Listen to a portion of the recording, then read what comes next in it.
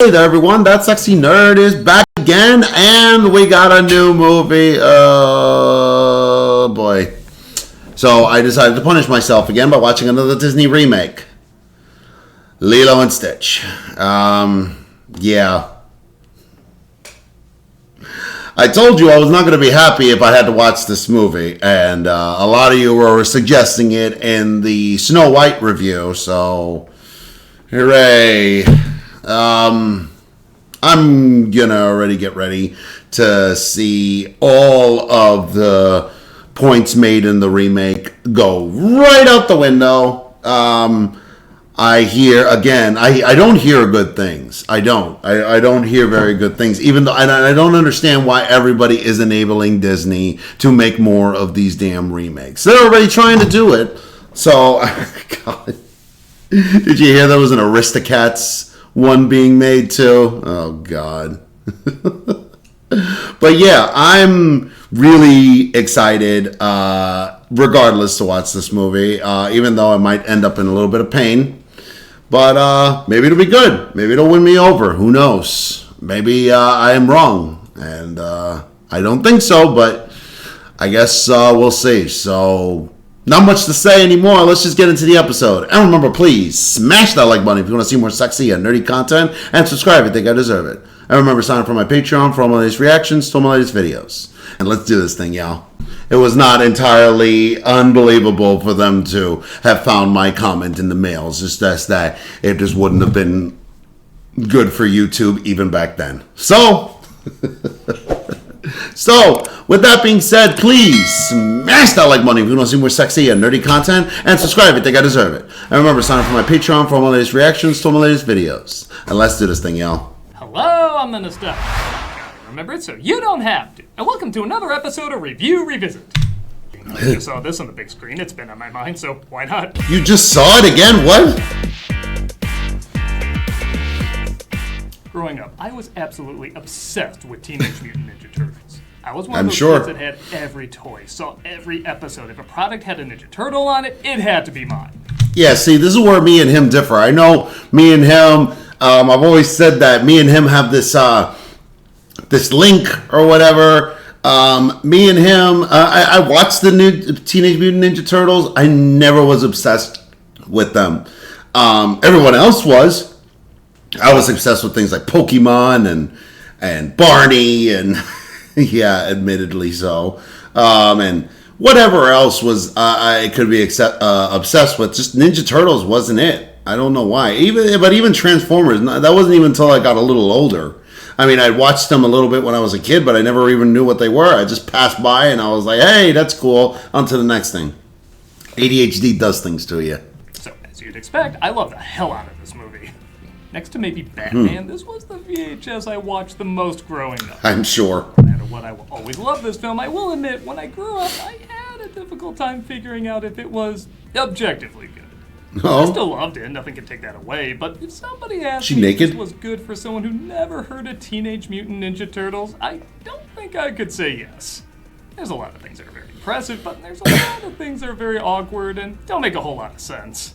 I think Roger Ebert put it best, saying while he didn't like the movie, it's probably the best possible Teenage Mutant Ninja Turtles movie. Yeah, okay. In 1990, I think that's very fair.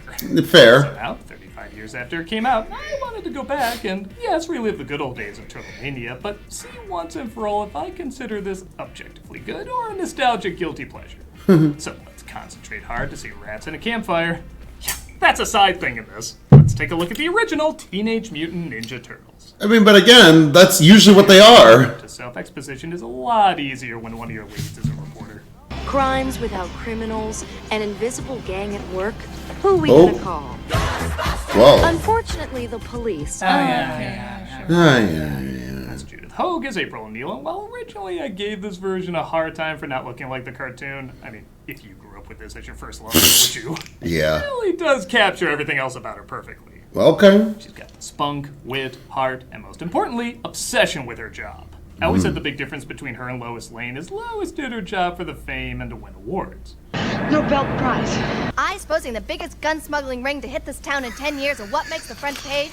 April does it because she loves getting information to everybody and is confident enough to know she can probably do the best. That's I think true. you know just as much as I do about That's the interesting. Foot Clan, and I don't think you're doing anything about it. I doubt very much that Chief Stearns is taking this possible connection seriously. This is great! I must really be onto something hot if they're trying to kill me. Oh, well, April's about the story.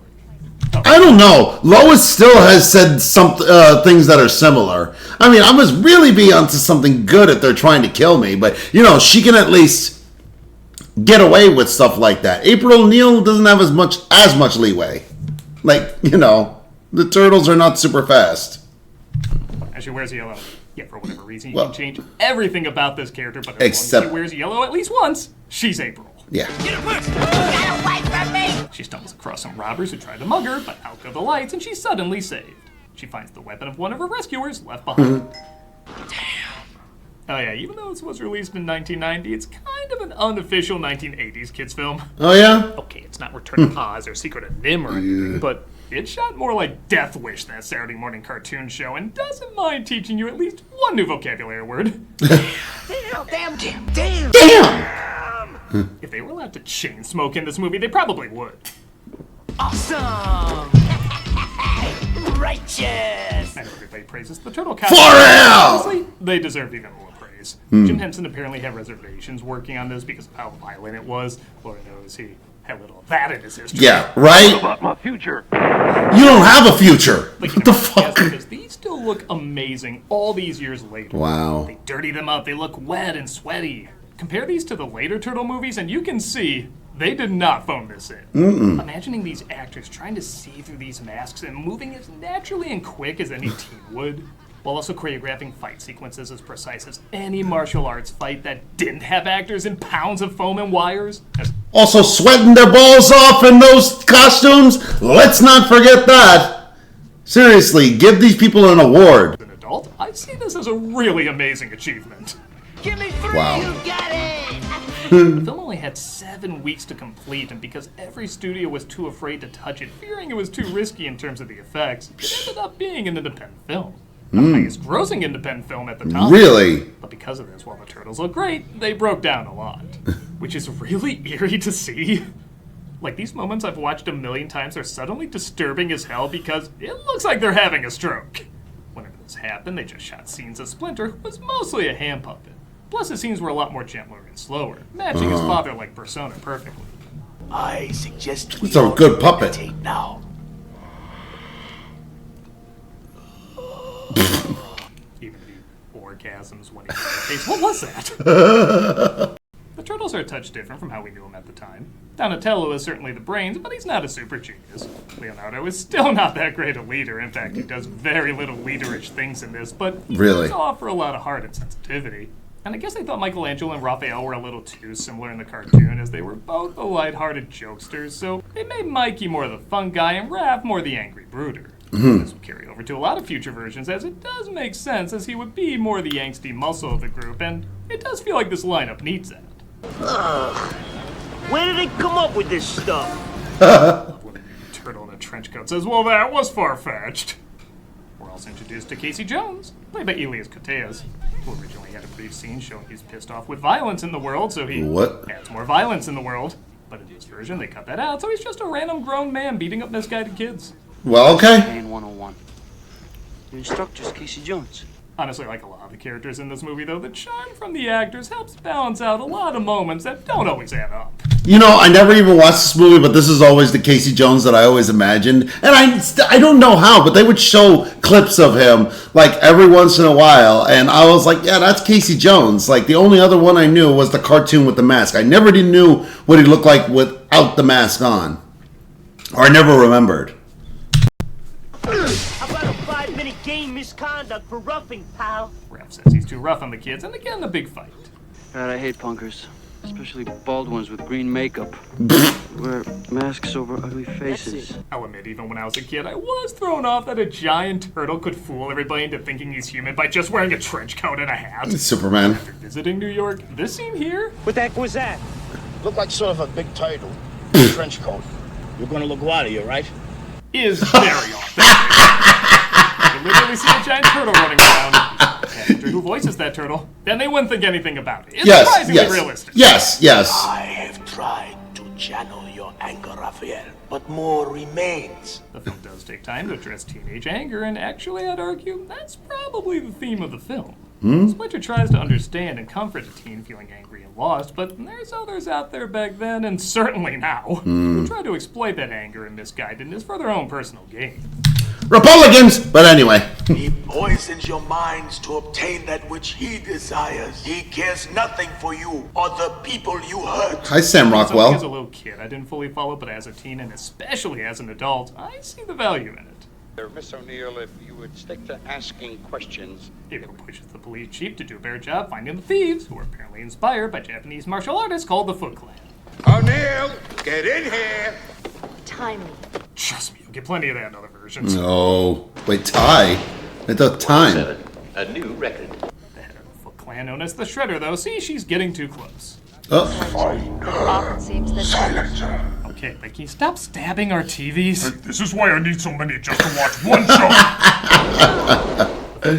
It reminds me of Batman. The first of many dubbed actors in the film. We've been waiting for you, Miss O'Neill. We've been looking for you, Miss O'Neill. Attack! Attack! A new enemy. Freaks of nature. There is a new enemy. Freaks of nature. I didn't say that. Has to get his sight back and see she's in trouble. So he rushes in to save the day. She got jumped in the pretty good. subway. I had to bring her here. Can we keep her? Still less creepy than when Casper did it. Yeah. April wakes up and gradually accepts her new surroundings. I don't think so either. Signed on for another Halloween Town movie. Where they came from through, I think, the same camera I used to shoot my first review of this. The little ones were crawling into a strange ooze. Pizza! Pizza! Radical! Oh my god. One of many moments of sobriety where I go, oh yeah, Teenage Mutant Ninja Turtles is kind of insane. Yeah. Pizza! Pizza! Radical! That is something you see in your nightmares. The shadows do not help.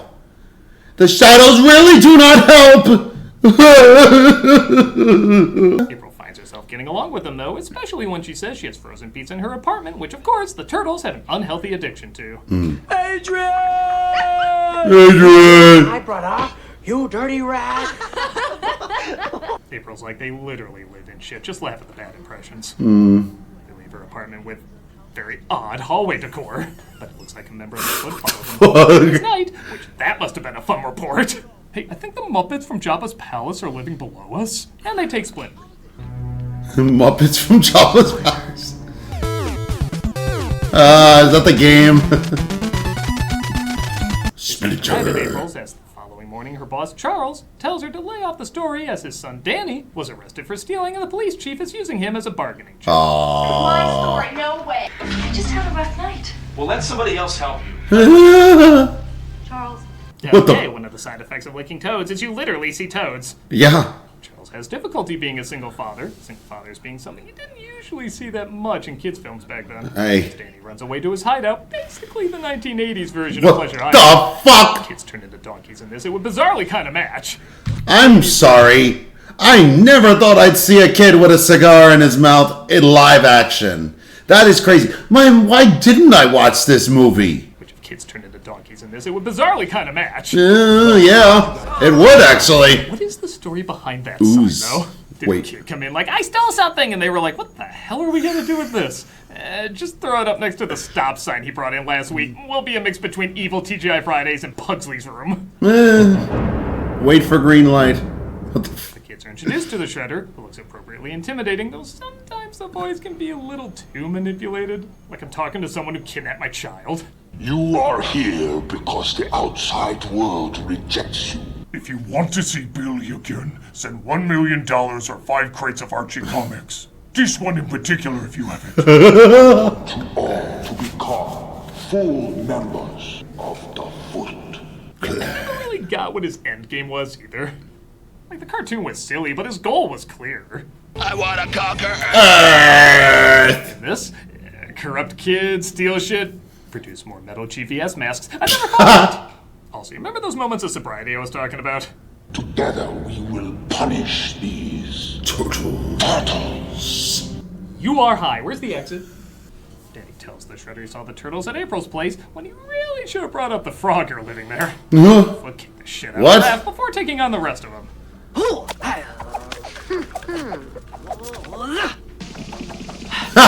Yeah, you challenge Michelangelo? Used in the advertising, that is the dumbest thing I've ever seen. Why? If you look close, you can tell they use different masks for when they fight with fewer wires inside. That's why they usually keep the same expression during an action sequence. The fact that they can do any of this in these costumes is mind-blowing to me.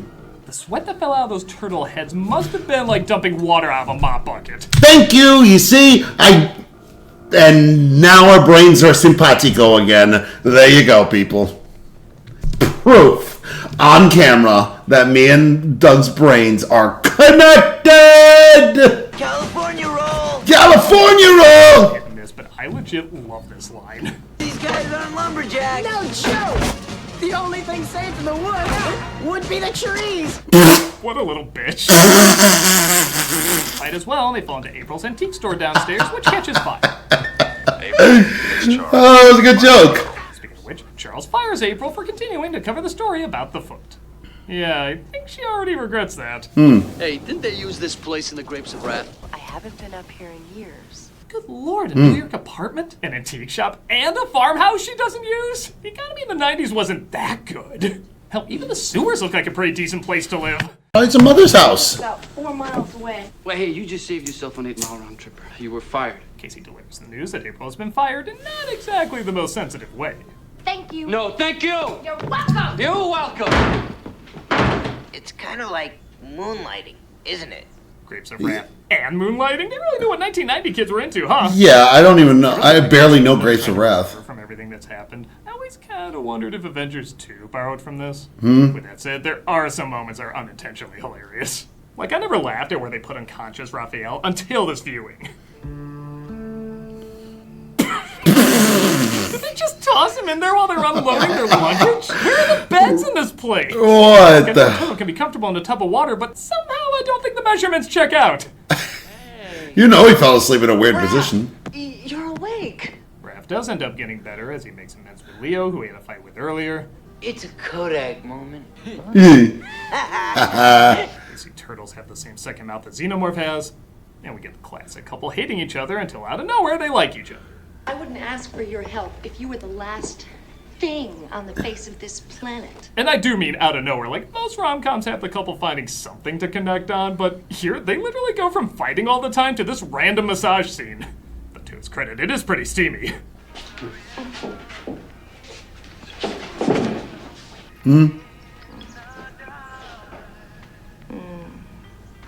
A little too much for Mr. Camera. I get the scene that I loved as a kid, but as an adult, was one of the major moments that made me say, I don't know if this is objectively a good flick. Leonardo meditates and within seconds can talk to Splinter. Leonardo. Splinter! He encourages the others to do so, and Splinter comes to them in a vision, even though they never explain how this works, shown any moment of them learning it, or have Splinter say, by the way, if you want to save me, I'm on the east end of Lair Street. It's another joke, I know, it kind of works anyway. Help! Last week I was talking about emotional storytelling with Snow White, where the logic doesn't matter, it's more about what your emotions want to see, and kids are much better at giving into that. While this film is certainly not on the same level as that, I think it does dabble in it, and to some extent, it does kind of work. There is a sincerity as you feel the heartbreak. Is he crying? Separated from their father figure. It's not cynical in any way.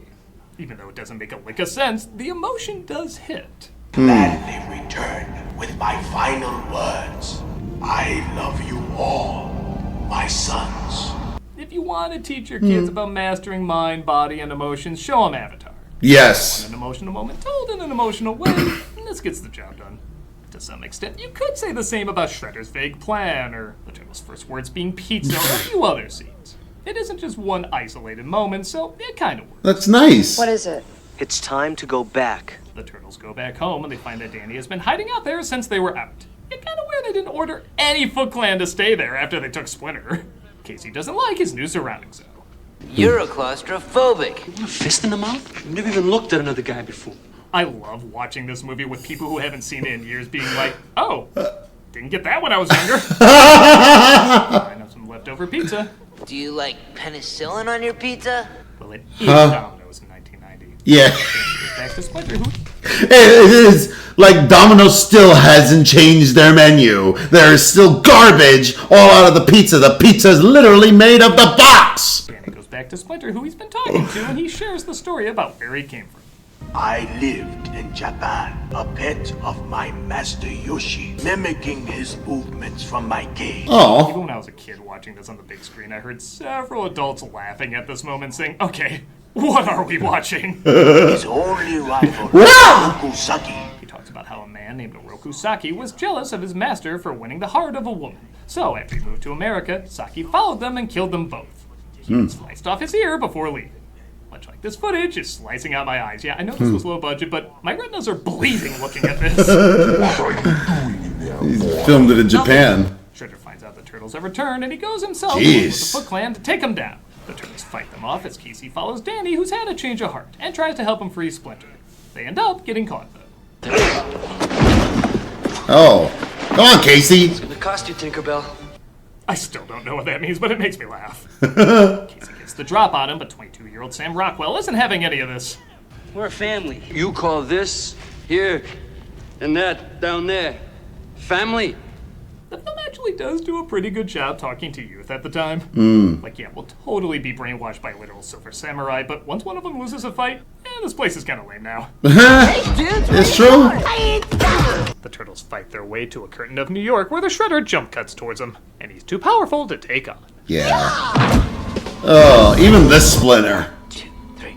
You're still gonna get your asses kicked. I never did understand why they didn't just all rush him at the same time, but then again, it did lead to some good lines. What point did we lose control here?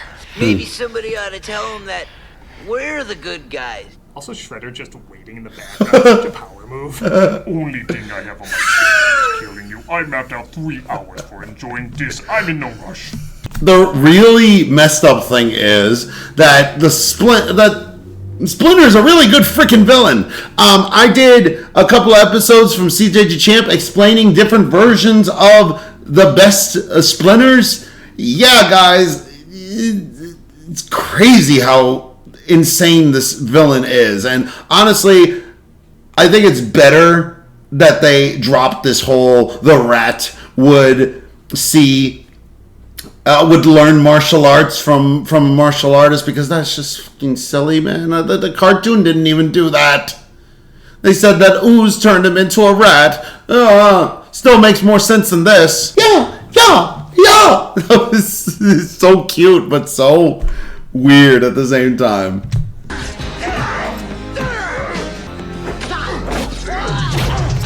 Come on, Leonardo. Should invest in guns. Splinter shows up revealing Shredder as Saki and that he was the rat whose master he killed years ago. Now I will finish what I began with your ear. And then goes out like a bitch. On the one hand, it is kind of cool that one calm move wins over all his anger-filled rage. I also like, this isn't self-defense. He could pull him back up, but he's literally talking in great detail how his death is gonna be. God, I miss kids' films like this. Death comes for us all. When you die, it will be without honor. Oh, and just to be sure, Casey also uses a dump truck to squash him. Yeah, just out of nowhere. Cold-blooded killers. I love how Casey just comes out of nowhere, casually, and just pulls the lever. Pull the lever! Crunk! And it, for once, was not the wrong lever. Police are told the Foot's location. Danny reunites with his father, and April is asked to cover the story, seeing how she was right about everything. Did you know that Mae Williams over at Channel 5 has her own office? And in case you're wondering, yes, every reporter in this is named after a month. April O'Neil. Mae Williams. Exactly, June. You can have a corner office. Well, but she's also one of the highest paid field reporters in New York City. Now you are. Ooh. Now you are? Did you see how much New York property she owns? Yeah, what the hell? Casey and April celebrate their sporadic love. The turtles literally don't say cowabunga until the very end. He's saying this is sort of an unofficial 80s kids movie. The one thing that clarifies that it came out in the 90s is, of course, the corny end credits rap. Oh, On God. a half shell, they're on a mission. When there's a battle, got the enemy wishing that they stayed at home. Nowadays we have mid-credit sequences, but back then we just had rappers singing the Wikipedia synopsis. That's normal. But now the mutants. Splinter's the teacher, so they are the students. Good versus evil equals confrontation. They can't dust us off like some old coffee table. And so they didn't even, you know, what's really, really messed up is that they still didn't learn their lesson. This came out in 1990. What did they do when Pokemon came out in 1998? Pokemon! You know, the freaking rap. You know. And then, let's not forget the Digi-rap from Digimon. The Digi-pollution is up and running. Did you see, did you hear, did you know it was coming? A Digi-destiny starts today. Let me hear you say Digimon, Digimon, Digital Monsters, Digimon are the champions. No. Poetry. So that was Teenage Mutant Ninja Turtles, and I'll just say it, I have grown to like it more objectively. Oh yeah? It's a live-action kids adaptation when doing animated adaptations was more common. The movie had to fight to exist because everyone saw it as too difficult and risky, and now every IP is made into a movie because CG made it so easy. And because the fact that Ninja Turtles has been around for so long, it does acquit it of most of its problems. I always had an issue if you never heard of Ninja Turtles. A lot of things in this wouldn't make sense, but it's like James Gunn's Superman. It's been around long enough, you don't even need to tell them. It's true. Everybody just knows it. And it really does capture all the different versions of Ninja Turtles up to that point, while still managing to have its own unique spin. It also represents what people liked about the franchise back then and will continue to like about them in the future. It seems like a good movie. So many different styles and variations. I thought I remember a lot more of them quoting catchphrases and dated lingo, but I think that's more in the sequels. For any moment where the film falls short, it's constantly saved by the charm of the actors, the ambition of the effects, the passion of its style, and its determination to survive beyond the odds being totally against it. Something about this idea does carry on through the generations, and as the first film to capture for that generation what it meant to be a Turtles fan, in many ways it also delivers what it means to be a Turtle fan for future and current generations.